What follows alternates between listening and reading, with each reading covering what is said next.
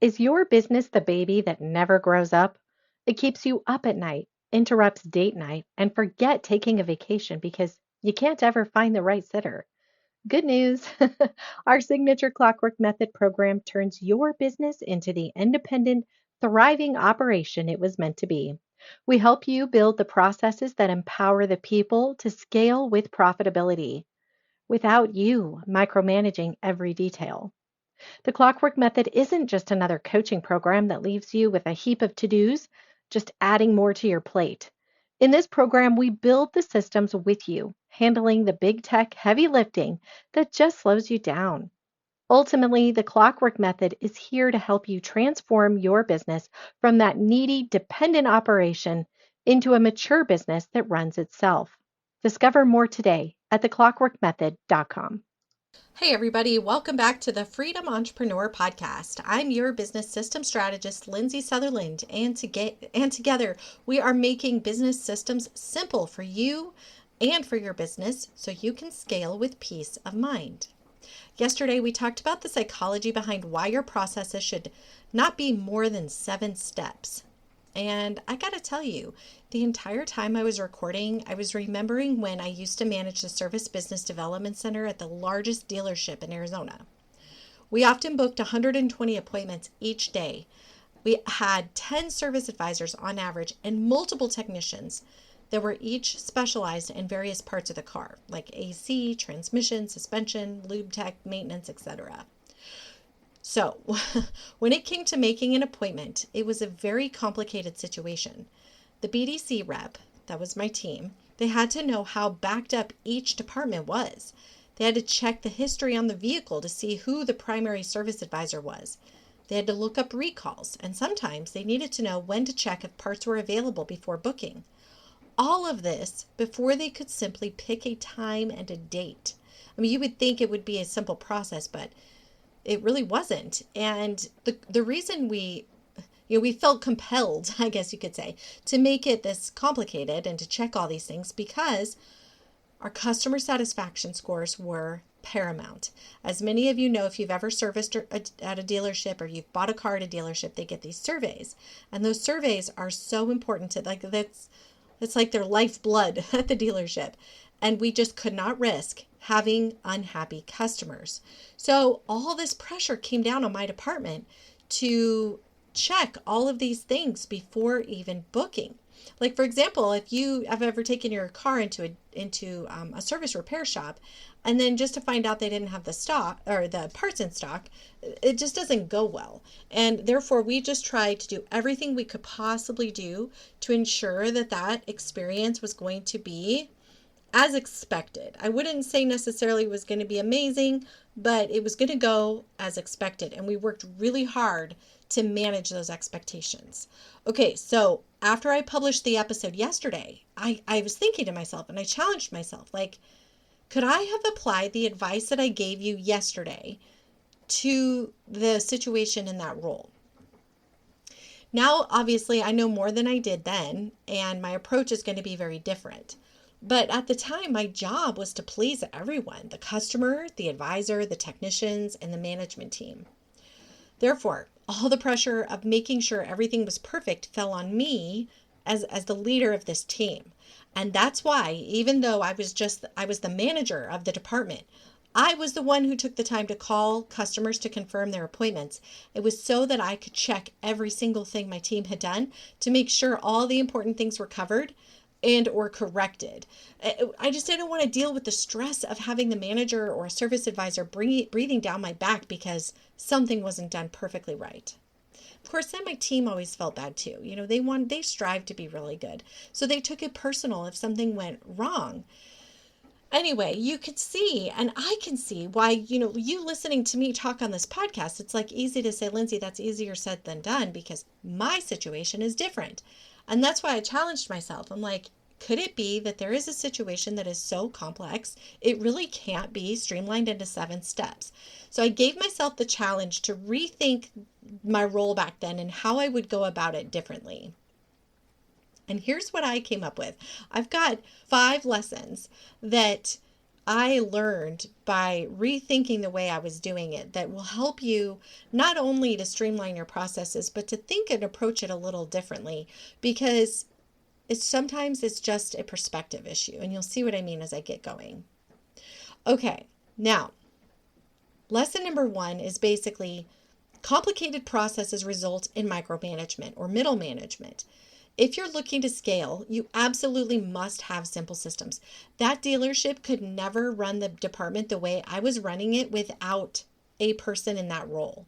They couldn't have just phone answering people managed by the service department manager, because he would never have had the time to double check all those things I was doing. Sometimes though, the solution is asking other teams, other departments within the company to do things differently. So here's an example that some dealerships do. They put the onus of responsibility, that whole thing that came down to managing the customer's expectation, they put that on the service advisor. They would tell their BDC agents, just book the appointment. And when, it doesn't matter if we can take in, 50 appointments today or 100 appointments today, your job is to just book the appointments, and the service advisor has to deal with all of that on the service drive, as far as checking for parts, making sure that the customer knows how many days it might be before the car gets looked at. In our case, because we lived in Arizona and in summer it gets really hot. So in those moments, the AC department could be really backed up. I mean, there'd be times where we would literally be telling somebody, hey, when you drop your car off today, this is not an appointment with the technician. Your job is to get checked in with the service advisor, and then in about 5 to 7 days, the technician will get a chance to look at your car. Can you imagine? That's the responsibility we were taking. But other dealerships would have made that the advisor's responsibility. Now, I'm not here to debate which one is better for customer service. That's not the point of this conversation. It's simply just to show you that systems and processes need to be mapped out from a bird's eye view, from a management level, from a leadership position, and it needs to be as simple as possible across the board and fair, right? I mean, we want to make it fair. Okay, lesson number 2. You don't have to solve for all situations in one process. Now we're getting into the minutia a little bit. So back then I built a process and I tried to cover every single scenario, from an oil change only appointment to customers calling in with 7 different issues. That was the mistake I was making, because it made it so complex. And then I would tell people, here's the rules, and then we have exceptions to these rules, and sometimes we have exceptions to the exceptions. Definitely was not simple. Instead, I would have broken down the appointment into a flow chart as follows, into basically 2 systems, okay? So rather than one system that outlined every single detail and what to do if scenarios, I would have simply said, here's how you answer every call. Step 1, all calls get answered with, thank you for choosing Bill Luke Service Center. My name is Lindsay. How can I help you? Step number 2, verify customer information, including email, phone number, vehicle make and model, year, and mileage. Step 3, determine what they need to have for the appointment. Ask the customer, what are you coming in for?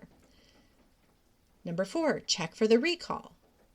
Number 5, determine who is their service advisor. And number 6, what maintenance are they due for? Okay. And now, in step 6, that determining what maintenance they're due for, that is actually, could be 2 places. It could check the history, as they're checking history to look at the advisor. We had recommended work. Or we could just look at their mileage and know what they might be due for based on mileage. So that is a whole step 6, determine what maintenance they may be due for. Then I would say, once a complete account of what is going on in the appointment, you see all those steps, that steps 1 through 6, I've gotten all the bulk of the information I need to then decide what type of appointment I'm booking. So the next process would be, I'd have maintenance only appointments, or appointments with multiple complaints, which, to be honest with you, I don't think unless they were just coming in for an oil change and a tire rotation, pretty much everything fell into the multiple complaint. It was like 90%. So I think my team would have been really familiar with this next process. would have been number one, check estimated timeline for major complaints. Okay, so what I mean by that is the AC thing, right? Every day we had a Slack channel where I put in there, okay, AC is now 7 days, transmission is 2 weeks, blah blah blah. So based on what the customer was explaining or looking at based on what the BDC agent was looking at with the customer complaints, they would look at that timeline, and that's what that means. So you notice how my steps are not telling them the details of how. That's where the training would come in. The goal is for me to sit down, and I want something that's so simple they could look at it and say, check estimated timeline for major complaints. Step number 2, set time expectation with client. So confirm client still wants to book. I mean, gosh, sometimes we would tell I almost said a patient, tell a client, it's going to be 7 to 10 days before the technician even looks at your vehicle. Is that okay? We'd have people who were like, no, I'll just go somewhere else.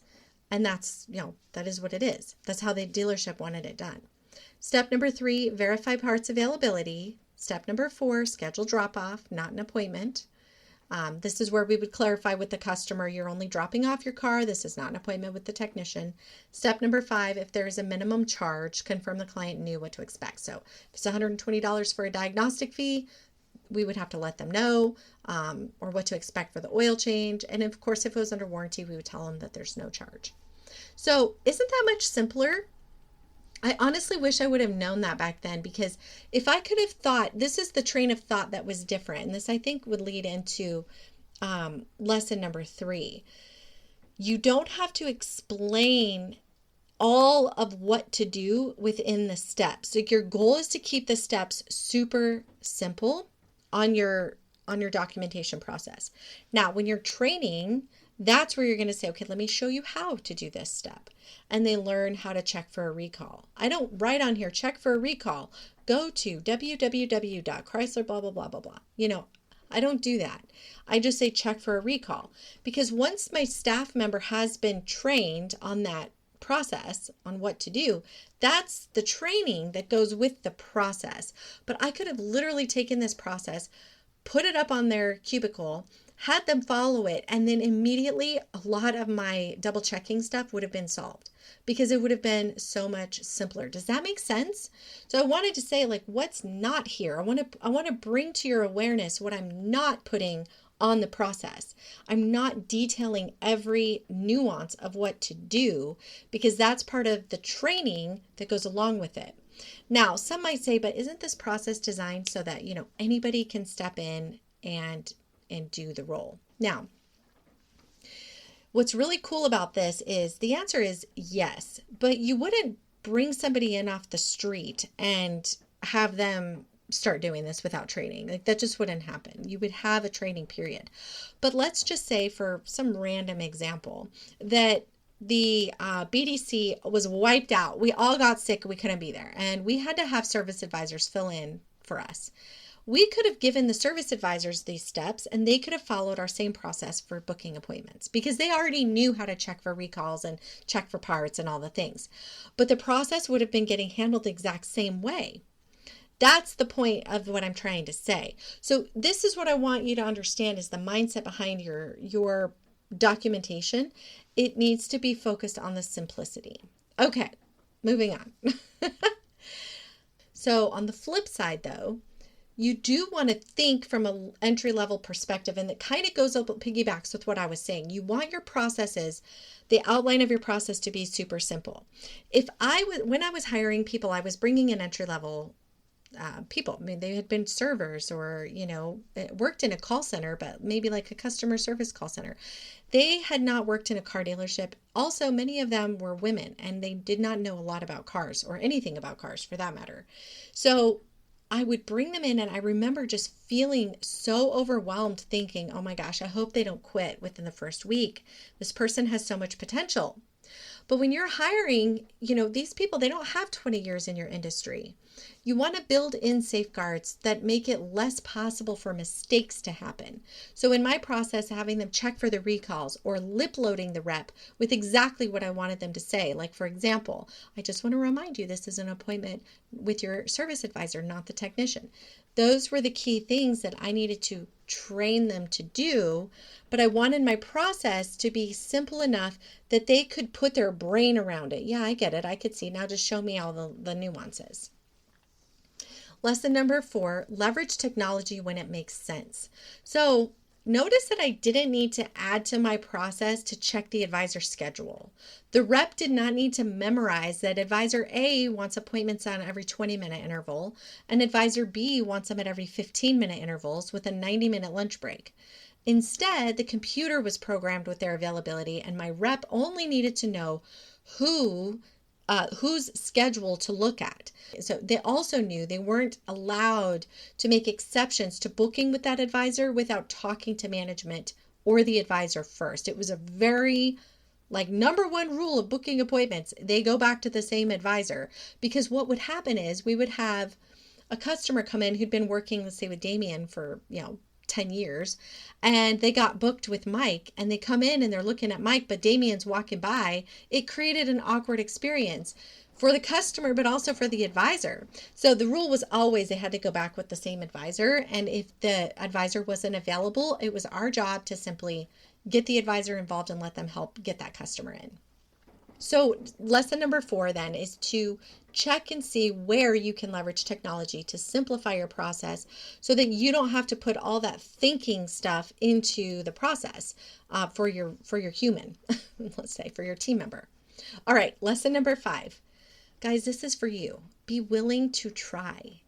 I could have just thought to myself, no way would that have been possible. I don't even know why I published that episode yesterday. That was total BS. I shouldn't have said that because it's not even possible. No way could I have taken what happened at the service department and put it into 7 simple steps. Actually, each step ended up being less than 7 by the time I was done. And the only reason that even came to be is because I was willing to try. I challenged myself. So I want to challenge you. What if you were forced to make a simpler solution? It's not an option. The bottom line was, at the end of the day, it wasn't that the information was different. My team would have executed the booking of an appointment. In the end, now with the information and the process I developed versus then, it was the same. The only thing that was different was how I organized the information, how I ordered it from the trigger to the end of that process, which was gathering information, to then now we're going to decide what type of appointment we're booking. Then we're going to book it following those steps. Does that make sense? It would have put me in a position where I could take that brand new person I was training, and rather than praying they didn't quit in the first week, they would have been in a much less stressful position. It would have made them feel a lot more capable and empowered. So even if you're willing to try and simplify, because you really need to, it can still be a challenge. Sometimes our brains are just wired the way they're wired, and you've been doing something for so long that it's really hard to think differently. Also, when you're in the trenches, it can feel impossible to think of it differently. I remember when I first met Emily, I had just recently launched my marketing agency, and I was exhausted. I was overwhelmed. I was literally at the point of tears because I was so stressed out. And she and I met in a Facebook group, and we were doing a trade. I was going to help her with marketing, and she was going to help me organize. And I just remember I couldn't have thought any different than what I was doing, because in that moment, I just didn't have the energy to think differently.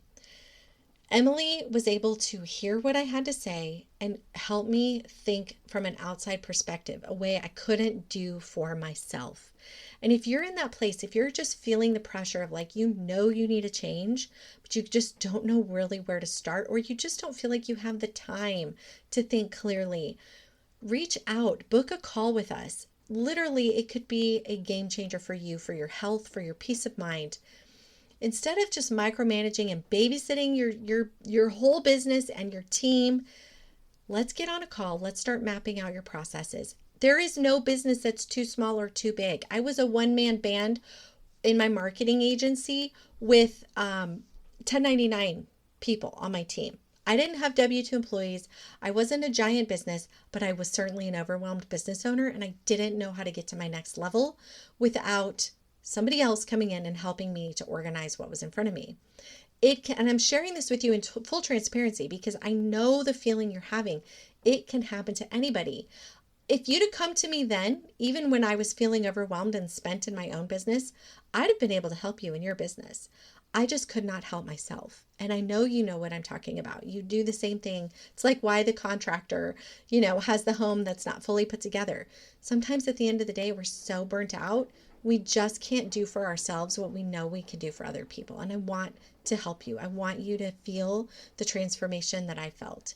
So look for the link in the description for our calendar, and let's just chat. Let's just get on a call. All right, my friends, thanks for tuning in today. If this was helpful in any way, please be sure to share it with a fellow entrepreneur, because entrepreneurship is a lonely road, and sometimes we just need to lean on each other and give each other a little boost. And so if you can think of somebody who needs a boost, share this episode. Thanks for tuning in. Until next time. Bye for now.